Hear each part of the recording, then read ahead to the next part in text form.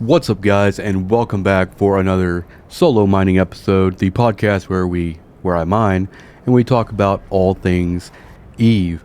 Now, the Havoc expansion has been rough, between just inventory lag and chat blackouts and just general bugs. We've seen several patches come out since the release of the expansion. Things are starting to even out, I guess, a little bit.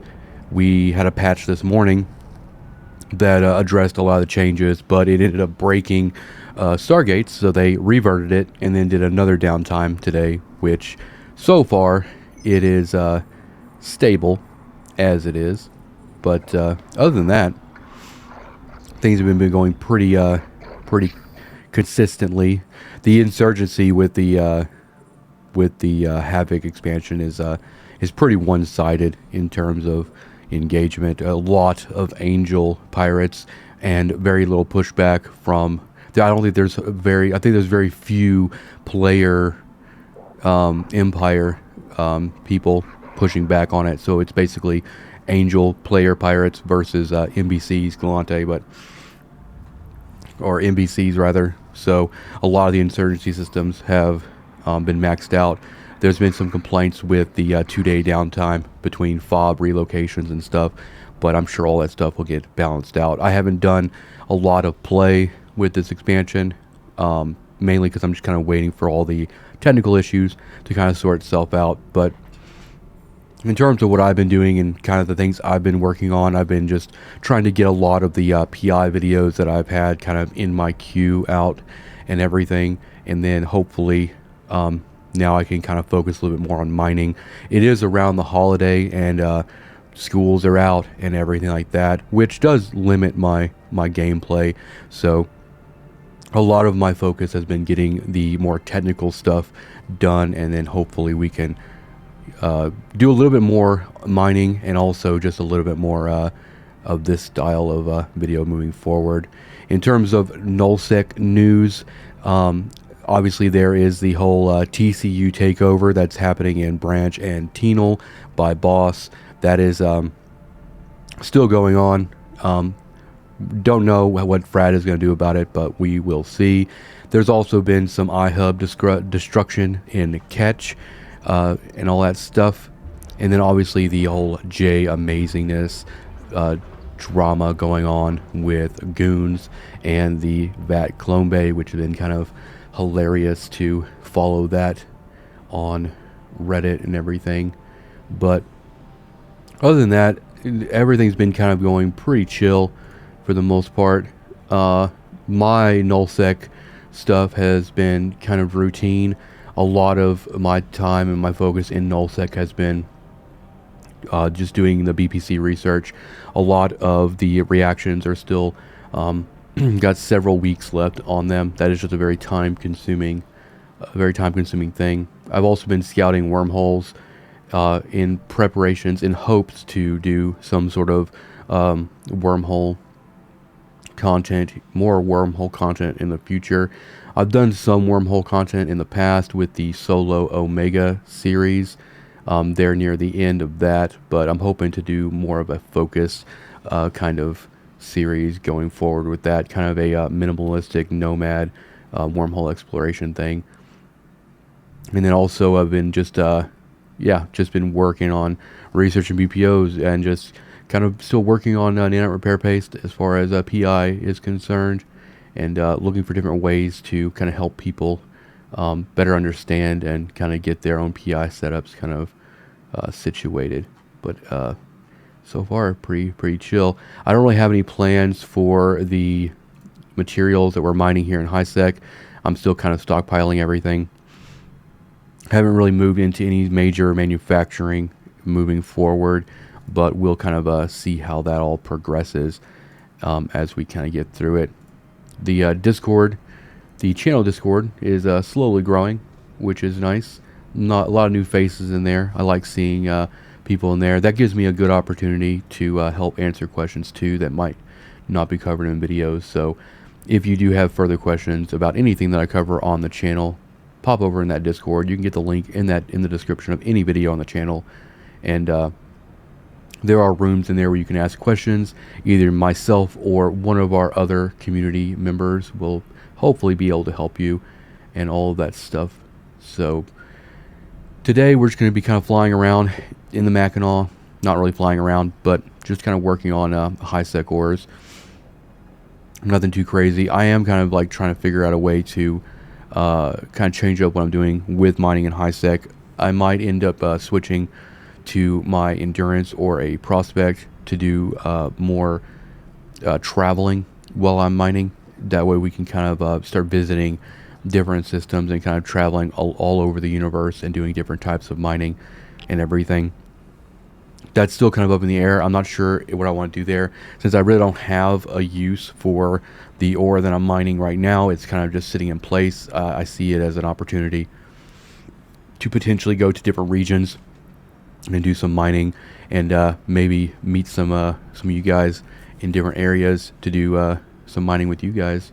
It really all depends. I might actually, after this episode, bring this Mackinaw back to Ajita. We still have our endurance staged over there, and then hopefully, if I decide to kind of move in more of a nomadic kind of traveler, mining traveler kind of a situation, then we can I can start kind of going from there, which I do kind of want to do that, just because then I don't have to worry too much about burning out.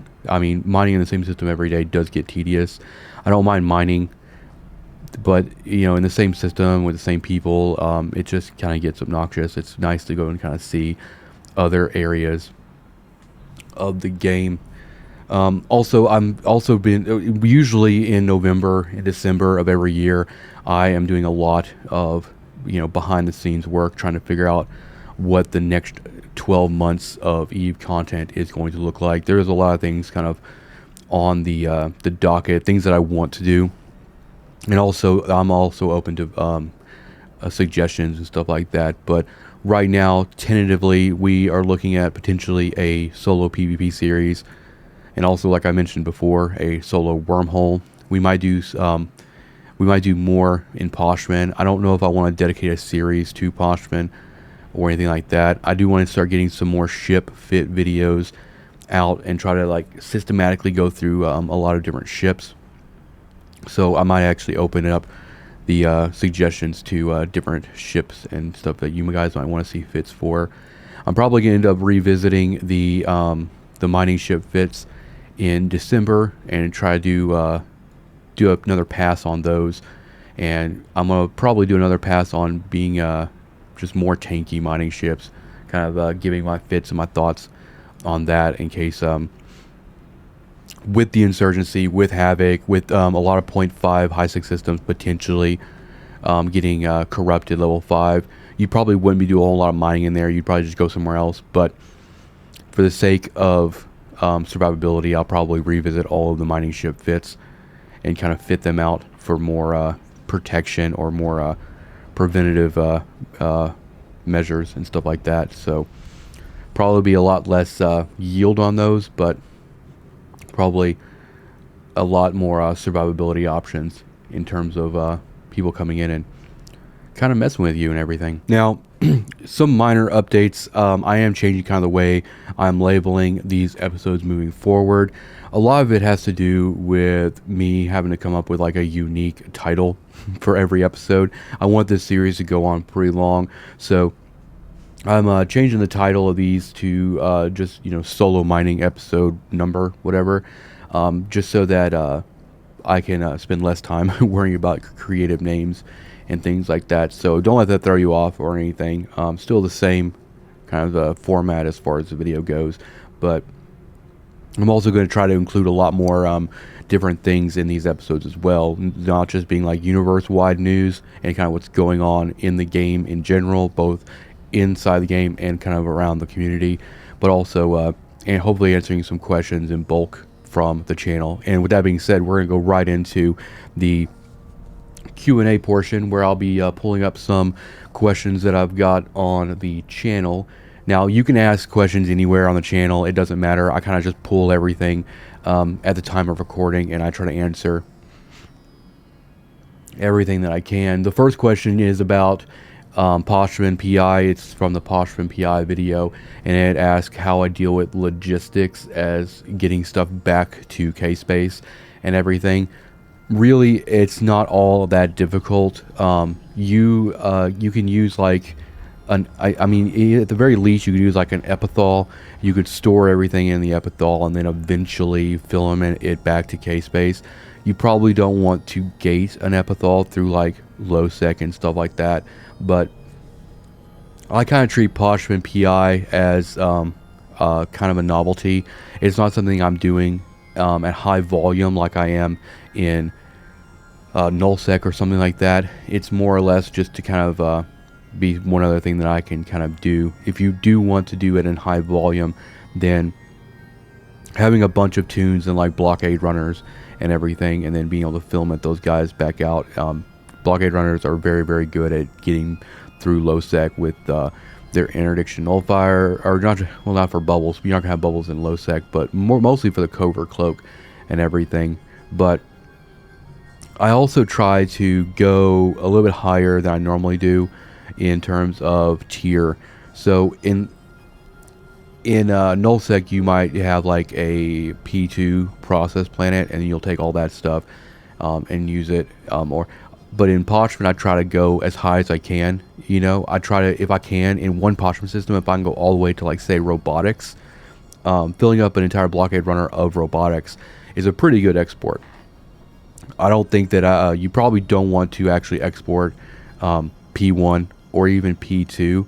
I think that in the terms of Postman PI, if you're wanting to export for profit, try to stick to doing like P3, just to kind of bring your ISPRIM 3 that you're bringing out a little more dense and things. The next question is in regards to the Air Careers program, and it is from my Getting Skill Points Fast and Cheap, and they were asking, does it still work? The video was like 9 months ago, and they were asking, but what that is basically you can start an alt, you could do your Air Career programs, and you could do them all and get all the skill points and leave them in your reward window, and then basically redeem those on the main of that account, and then just cycle or recycle alts on the other 2 slots of the account. It still works. You can still do it. It's very, very viable. It's a great way to farm skill points. They have made it a little more difficult as far as cheesing the Air Career programs. In the beginning, you could find one wormhole and you could just overscan it. Like once you actually got the signature 100%, you could just keep hitting scan with your probes over it, and it would keep giving you credit over and over. They fixed all of that, so you have to go find fresh wormholes to get credit and everything. Same goes for like the data relic sites. Before, I used to get like a data and a relic site, and I would just keep I'd scan them down, and I would just warp from one to the other, back and forth. Same for gas sites, until I got all the credit. You can still cheese a lot of them, especially like the Soldier of Fortune stuff, but it doesn't take too long to go through and get all of the SP for it. But yes, that still does work. The next question comes from the most recent video that I put up, the skill priority for planetary industry, talking about, do I have a video that goes over Blockade Runner? I might end up doing one. A lot of the information that you need to know about a Blockade Runner is pretty generic, as far as like how to use Covert Cloak, how to use an interdiction nullifier. Like I said in that video, the best way, the best thing I do for a PI is using a Blockade Runner, because of the volume of all of the PI is a lot less than it used to be. Having the Covert Cloak helps. I much prefer gating in nullsec with a Blockade Runner as opposed to Epithal. It is just faster to point A to point B. I can go pick up stuff a lot faster. It's all around much better. It's a great investment for your PI alts. In terms of using it, I try to treat it like I do anything else that I come when I'm gating. So for instance, in nullsec, when I come into a new system from a gate, and while I'm still under gate cloak, I do several things kind of like in a checklist in my mind. First, I look at local. Do I see any newts? No. The next thing I do is I look at D-scan. Do I see any warp disruption bubbles in my vicinity? If I don't, cool. The next thing I do is I look at my overview. I see if I'm going to another gate, is that gate more than 14 AU away? Or if I'm going to a station, how far away is that?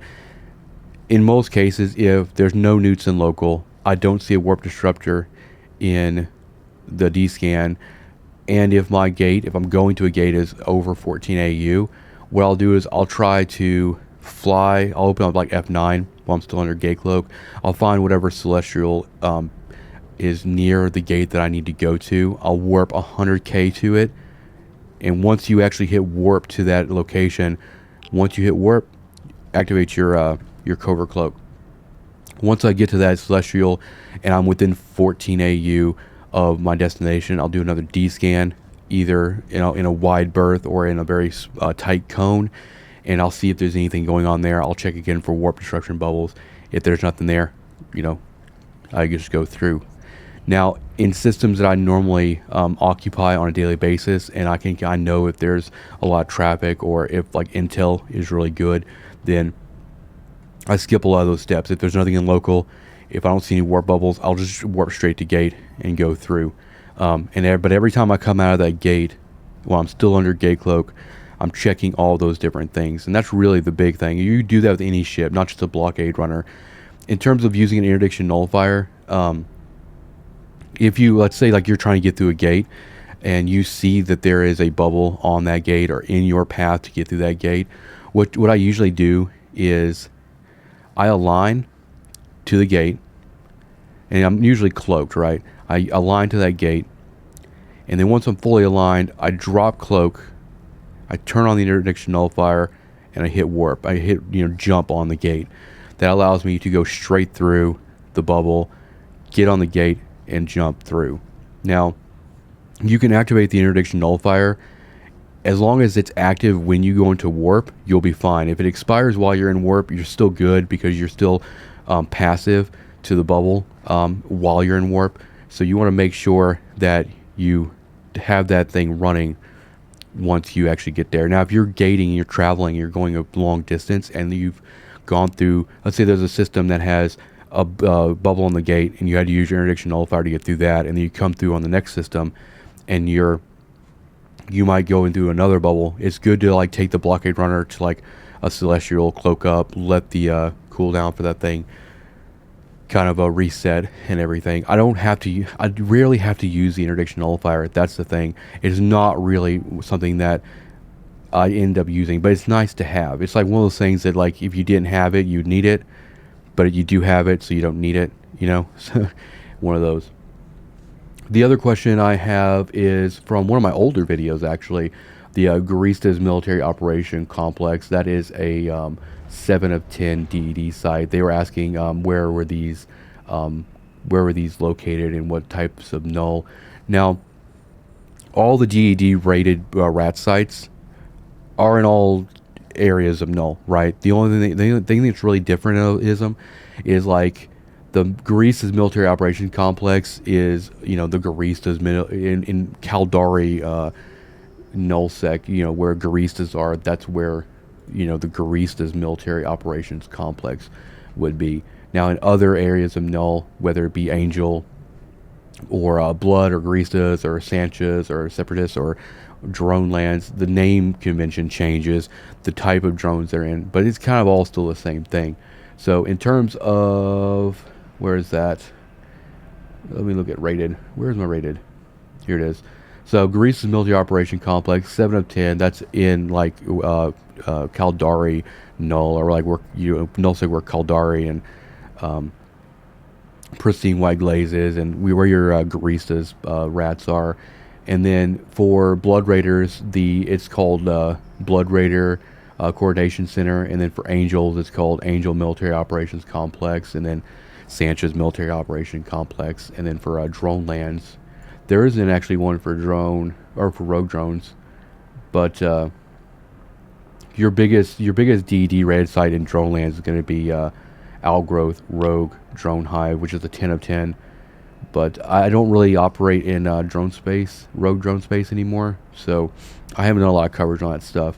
But I guess to answer that question in the most concise way possible, The deity 7 of 10, they're in every area of null, just by a different name, just, you know, horse of a different color, kind of situation.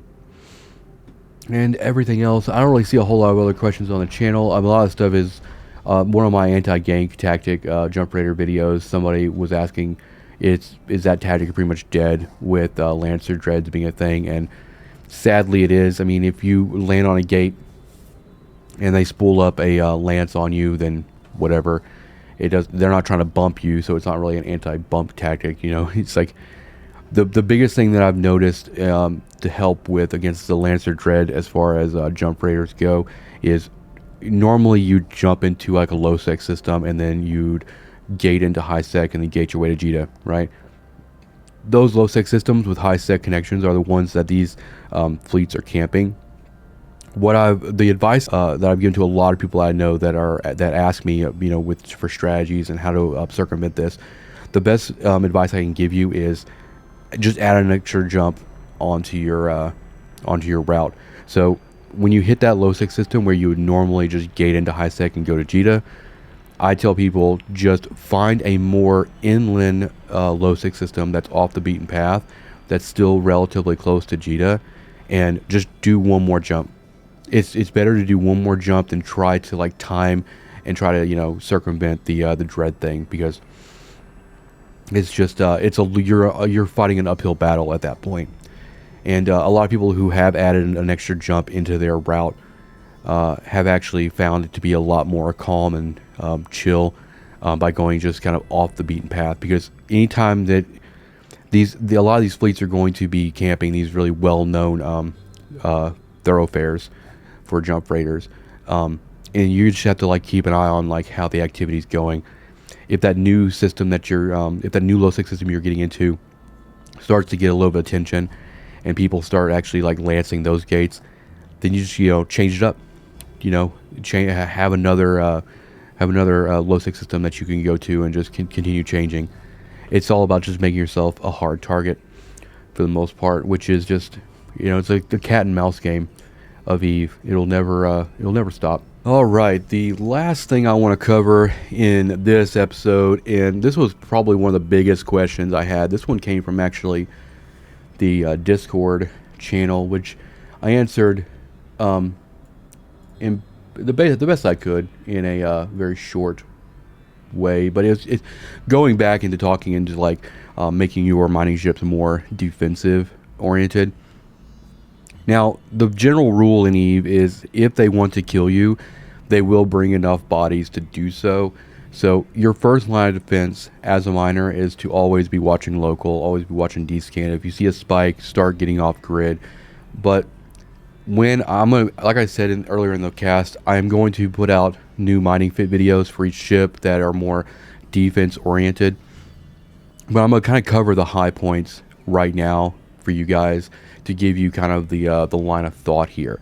It's been a while since I've flown a Alpha Strike Catalyst fit, but if I remember correctly, the neighborhood we're looking at a neighborhood of somewhere around 1,000 Alpha on a single Catalyst. So generally speaking, if they bring in like 10 plus Catalysts, you're probably toast regardless, because the mining ships are very limited on the amount of tank you can actually stack on them.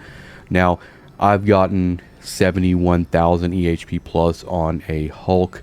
A lot of that comes from rigging Defense Field Extender Tech 2 rigs, doubling up on a Multispectrum Shield Hardener II, doubling up on a medium shield extenders, and then also running damage control and reinforced bulkhead 2, and, you know, some armor plate in the bottom. And what that results in like 12,000 HP on the shield, around 6,000 on the armor, and around 7,000 on the hull. So the idea there is you're already going to be trying to get off grid. If you're not in warp yet and they all coordinate attack on you, 10 people, they're going to do somewhere in the neighborhood of 10,000 damage if all their strikes go off at once. The idea is that you have enough shield and armor to kind of absorb that and get you into warp. You're not going to be able to just hang out in place and tank them until Concord kind of cleans them up. It's it's really not in the cards for mining ships. So the strategy is still obviously going to be to try to get off grid, but by fitting your mining ship defensively like this, it gives you a little bit more of a buffer to, you know, not lose the thing completely. And that's kind of the goal. I mean, we want to save our mining ships for another day. We want to make sure that we can get those guys off grid, and all that comes down to just paying attention. And that goes for anything, really. It doesn't matter if you're, you know, collecting PI from a Paco, or if you're ratting, or if you're mining, or whatever. You want to be able to, you know your surroundings. You want to be able to check local, check D-scan, and know what's going on. One thing that I also try to do is, depending on the system, obviously, try to be on an asteroid belt that is pretty far away from gates. Not always possible, but when it is, try to mine on those asteroid belts. That gives you the ability to see a local spike and be able to react before you see them on D-scan. Because once you see them on D-scan, you do have time, but a lot of the align time on the mining ships can be a little bit tedious. But that's also why I try to mine on the outside of the arc, right? As far away from zero as possible. If they warp to the belt, they're going to go straight to the middle. So you want to make it to where they have to close some distance to you, but also coordinating the direction you're trying to escape to. And it's not, you know, going towards or passing through the zero marker as well, which is all just, I like try to find nice asteroid belts that are in good position in the system, and also where the station is in the opposite direction of zero, and I'm on the outside of the arc. So if I see something, I can start aligning, and you know, if I'm aligning to where I'm going to be escaping to, I'm moving away from zero. If I do start seeing them on D-scan, or where the case may be, or they land on grid, all I do is hit warp and I'm done, right? That means that allows for a situation where, like, if it's just like a fleet passing through the system, you're just aligning and you're judging the distance on the rocks that you're mining and stuff like that. You have some margin there, so you can align while still mining. If it's a false alarm, you can stop your ship, reposition, and kind of set up for like the next event, right? That's all just, you know, basic mining strategy. But also, whenever you fit your mining ship for defense, you know, when you have like that damage control and that armor plates and reinforced bulkheads, or whatever you decide to put defensively in the lows, you're sacrificing yield 100%. So it's always going to be a give or take. You know, if you want more defense and you want more survivability options, then you're going to give up yield. If you want more yield, you're going to give up survivability options, right? That's just something to keep in mind. And that's just the life of a miner. And like I said earlier, like, everything in EVE is a cat and mouse game. Same thing with like the jump raiders and the gank squads, right? Once the people hunting jump raiders figure out a cool way to hunt jump raiders, the jump raider pilots, they adjust what they do, and then it's constant. The jump raider pilots will adjust how they do things, and then the gankers, or the fleet people targeting them, will adapt to that, and then just continual adoption of different strategies. Same thing goes for miners and people hunting miners and looking for safety. And that's another thing too, is like, when you have known corporations and alliances that hunt miners, I can't stress enough, like, add them as contact with a negative standing, so that when they come into local, you know who your repeat offenders are, you know who to watch out for. All those visual cues will just help you in the long run. But like I said, I will be doing dedicated videos, kind of going over the different defensive fits for all of the exhumers and the mining barges. I'll probably try to start putting those out at the beginning of December, just so that, you know, that stuff is out there for reference and things. I might do a video that kind of goes more in depth on just positioning and strategy in terms of setting yourself up for success for getting off grid or damage avoidance and whatever. And that's all kind of just basic high-sec strategy, right? There's a whole other thing to be talking about when they're in terms of nullsec. It's really not like, I don't have any problems in nullsec with like getting off grid when it comes to like players and newts coming in. Really, a lot of the big danger in nullsec for mining is going to be watching out for the rat capital ships, the rat dreads, the rat carriers that come in. And you can still get off grid even if you get surprised by them. Those things will try. I know the carrier at least will will newt you out. Will try to newt you. So that's just a whole other level of caution that you have to kind of monitor and everything. And a lot of those rat capital ships aren't by default on your overview. So that's why I personally run a PvP tab that has basically every type of enemy ship on it. And then even with the new Havoc stuff and the new rats that are in those sites, if they don't show up on that overview, then I right click on them in space and I add them to the PvP overview, and it's, you know, good to go. So I'm constantly like making sure that everything that can possibly be of interest to me is on the appropriate overview, so I don't get surprised. Because I have known miners who have lost mining ships in null because they had these rat capital ships warp in on them, and they were zoomed in on their ship, so they couldn't see them come on grid, or they didn't hear them come on grid, and they didn't have them on their overview, so they weren't able to actually see any of that stuff going on. So the best way to prevent that is to make sure you keep your overview updated and you keep your standings for known aggressors and stuff and everything updated, and that just all helps you in the long run. But that's going to be it for this episode. I appreciate you guys for watching, for listening. I'll try to keep you guys updated with everything going on in EVE moving forward. We do have Vanguard First Strike coming December 7th, which will be available to launch from the launcher. The other thing I'll say too is, with the Vanguard First Strike and Vanguard moving forward, they also are going to be pushing the new launcher. So if you haven't already, and I'm guilty of this as well, get that new launcher downloaded. Get all that stuff, all your logins and stuff moved over, because it's a tedious process. And that's something I'm probably going to end up doing today, is getting that new launcher all set up and all of that.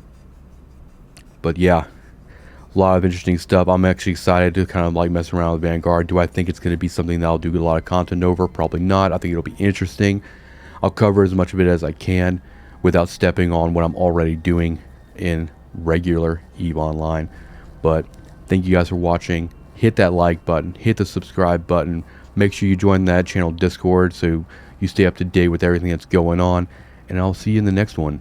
Peace out.